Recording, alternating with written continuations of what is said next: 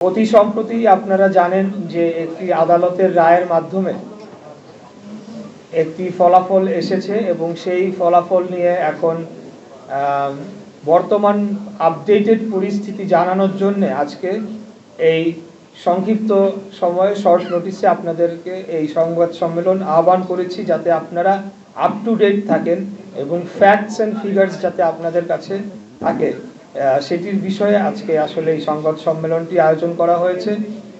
আমার সাথে আমার দুই পাশে রয়েছেন আমাদের বিজ্ঞ আইনজীবী প্যানেল, যারা দীর্ঘদিন এই মামলাটি লড়েছেন এবং লড়ে তার একটি আমাদের যে কাঙ্ক্ষিত ফল ন্যায় বিচার সেটি আমাদেরকে বয়ে নিয়ে এসেছেন। আরও আছেন আমাদের পাশে সাবেক জনাব মশিউর রহমান সাহেব, যিনি এই মামলার রায় পাওয়ার পর থেকেই আমাদেরকে সব ধরনের সাচিবিক সহযোগিতা বলেন, ব্যুরোক্রেসির সাথে হ্যান্ডলিংয়ের যে বিষয়টি বলেন, সব কিছুই তিনি করে আসছেন। নিম্ন আদালতে ছিলেন অ্যাডভোকেট রফিক ভাই, উনি সেখানে রায়ের সমস্ত কার্যক্রম থেকে শুরু করে নিম্ন আদালতের পার্টি দেখেছেন। আছেন ব্যারিস্টার এহসান ভাই, যিনি পরবর্তীতে উচ্চ আদালতের যে কোনো বিষয় নিয়ে তিনি কাজ করে চলেছেন এবং সেই ব্যাপারে উনি আমাদের আইনি সহায়তা দিচ্ছেন। এবং সর্বশেষ আমার বাম পাশে বসা আছে অ্যাডভোকেট নুরুল ইসলাম জাহিদ সাহেব, যিনি একজন নিজেও আইনজীবী এবং নির্বাচন কমিশন, তিনি আমাদের filing lawyer by the way, এবং নির্বাচন কমিশন থেকে শুরু করে আইন মন্ত্রণালয়ে যে বিভিন্ন সময় আমাদের আইনি সহায়তা দেওয়া এবং এই কার্যক্রমকে এগিয়ে নিয়ে যাওয়ার জন্য যে প্রয়োজনীয় পদক্ষেপ নেওয়া, সেটি আমার পক্ষ থেকে করে আসছে। এবার আমি আপনাদেরকে বলছি যে আজকের যে বিষয়, মূলত যে বিষয়ে আপনাদেরকে এই সংবাদ সম্মেলন আহ্বান করেছি, ঢাকা দক্ষিণ সিটি কর্পোরেশন নির্বাচনে আদালতের রায়ের আলোকে নির্বাচন কমিশন কর্তৃক গ্যাজেট পরবর্তী শপথ দায়িত্ব সংবাদ সম্মেলন করছি। নির্বাচনের তারিখ ছিল 1 ফেব্রুয়ারি 2020।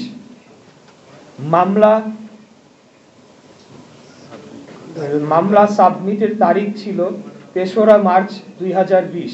অর্থাৎ 30 দিনের মধ্যে মামলা করার যে বাধ্যবাধকতা রয়েছে, সেই বাধ্যবাধকতা মেনেই তখনই আমরা মামলাটি করেছি। এবং এই বিষয়ে আপনাদেরকে একটু বলতে চাই যে কোনো সময় কোনো ক্ষেত্রে কোনো সরকারেরও কোনো কর্তা ব্যক্তি বলেছেন যে আমরা অবৈধ নির্বাচনকে বৈধতা দেওয়ার চেষ্টা করছি।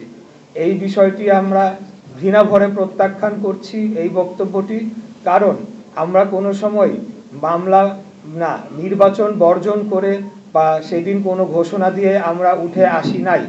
নির্বাচনের শেষ সময়েও আমি বক্তব্য রেখেছিলাম যে আমি মাঠে আছি, এখনো রয়েছি, আগামীতেও থাকব। অতএব নির্বাচনের পরবর্তী সময়ে আমরা সকল সাক্ষ্য প্রমাণ সংগ্রহ করে মামলার প্রয়োজনীয় নথিপত্র জোগাড় করে আমরা সময়সীমার মধ্যেই মামলাটি দায়ের করেছিলাম, যেটি 180 দিনের মধ্যে নিষ্পত্তি করার কথা থাকলেও সেটিকে নিষ্পত্তি করা হয় নাই। তৎকালীন অবৈধ অপসারিত মেয়র তাপস, তিনি আদালতকে প্রভাবিত করে এই মামলাটিকে বাতিল করার জন্য তিনি প্রেয়ার দেন, কিন্তু তখন বিজ্ঞ নির্বাচনী ট্রাইব্যুনাল সেটিকে গ্রহণ করেন নাই। এর পরিপ্রেক্ষিতে তিনি হাইকোর্টে যান, গিয়ে মামলাটিকে দীর্ঘদিন স্টে করে রাখেন। আমরা অনেক চেষ্টা সত্ত্বেও সেখানে কোনো ধরনের কিছু করতে পারি নাই, কারণ আদালত সম্পূর্ণ নিয়ন্ত্রণে ছিল ফ্যাসিবাদী আওয়ামী সরকারের নিয়ন্ত্রণে। আইন উপদেষ্টা বললেন যে আমাদের কাছে মতামতের জন্য পাঠানো হয়েছে, যেটি নির্বাচন কমিশনের দরকার নেই, তারা স্বাধীন সাংবিধানিক প্রতিষ্ঠান। পরক্ষণেই তিনি বললেন যে কিন্তু আমাদের মতামত না নিয়েই তারা গ্যাজেটটি করে ফেলেছে। এখন গ্যাজেটটি বা আইনি মতামতের জন্য যে ফাইলটি 5 দিন যাবৎ তার টেবিলে পড়েছিল, সেই বিষয়টি কিন্তু উল্লেখ করা হয় নাই। দ্বিতীয়ত, এখানে নির্বাচন কমিশনের একটা বাধ্যবাধকতা রয়েছে, রায়ের পূর্ণাঙ্গ কপিতে স্পষ্ট লেখা হয়েছে 10 দিনের মধ্যে গ্যাজেট করতে হবে, না হলে তারা কন্টেম্পট অফ কোর্টে পড়ে যেতে পারে। কিন্তু যখন জনগণের সামনে এভাবে উপস্থাপন করা হবে, জনগণ কিন্তু সেটাকে ভিন্নভাবে দেখবে যে আচ্ছা আইন মন্ত্রণালয়কে হয়তো তোয়াক্কা না করে কোনো ধরনের প্রভাব খাটিয়ে নির্বাচন কমিশন থেকে গ্যাজেট করানো হয়েছে কিনা, এই ধরনের একটা মানে চিত্র দেওয়ার চেষ্টা করা হয়েছে, যেটা অত্যন্ত আমি বলবো দুঃখজনক। নির্বাচন কমিশন একটি স্বাধীন সার্বভৌম প্রতিষ্ঠান, তারা আপন গতিতে তারা নিজ সিদ্ধান্তে কাজ করে চলেছে, এই ব্যাপারে আমাদের কোনো কিছু বলার নেই। এখন সর্বশেষ যে বিষয়টি বলতে চাচ্ছি, গ্যাজেট প্রকাশের 20 দিন হয়ে গিয়েছে, এখন পর্যন্ত আমাকে শপথ গ্রহণ করানোর জন্য কোনো ধরনের পদক্ষেপ বর্তমান সরকার নেয় নাই, যেটি কিনা তাদের এখতিয়ারে পড়ে। বর্তমান সরকার বলতে স্থানীয় সরকার বিভাগকে বোঝানো হচ্ছে, যেখানে নির্বাচন কমিশন থেকে এই নির্দেশনাটি গ্যাজেট সহ স্থানীয় সরকার বিভাগে অর্থাৎ স্থানীয় সরকার মন্ত্রণালয় বরাবর পাঠানো হয়।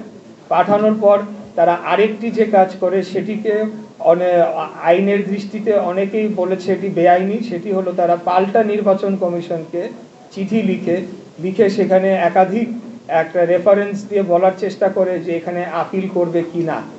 অথচ নির্বাচন কমিশন কিন্তু তার যে আইনজীবী প্যানেল রয়েছে, তার যে বিজ্ঞ আইনজীবীরা রয়েছেন এবং তার যে প্রক্রিয়া রয়েছে, সেটি সম্পন্ন করে পূর্ণাঙ্গ কমিশন মিলেই কিন্তু সিদ্ধান্ত দিয়ে গ্যাজেট প্রকাশ করে ফেলেছে। অতএব এখানে স্থানীয় সরকার মন্ত্রণালয় কি নির্বাচন কমিশনকে অলমোস্ট নির্দেশনা দিতে পারে কিনা, সেই বিষয়টি এখন প্রশ্নে চলে এসেছে। সো এখানে আমরা দেখছি যে নির্বাচন কমিশনের উপর ইতিমধ্যেই এই সরকার এক ধরনের হস্তক্ষেপ শুরু করেছে এবং সেটি আগামী জাতীয় নির্বাচনের আগে কি ধরনের প্রভাব ফেলতে পারে সেটা নিয়ে জনগণ এখন শঙ্কিত হয়ে পড়েছে। এদের এই বর্তমান যে অন্তর্বর্তীকালীন সরকারের যে উপদেষ্টা পরিষদ রয়েছেন, এই উপদেষ্টা পরিষদের অধীনে একটি সঠিক সুস্থ নিরপেক্ষ জাতীয় নির্বাচন অনুষ্ঠিত হতে পারে কিনা সেটা নিয়ে জনমনে এখন শুধু সন্দেহ না, তারা এখন স্পষ্টতই দেখতে পাচ্ছে এটি সম্ভব নয়।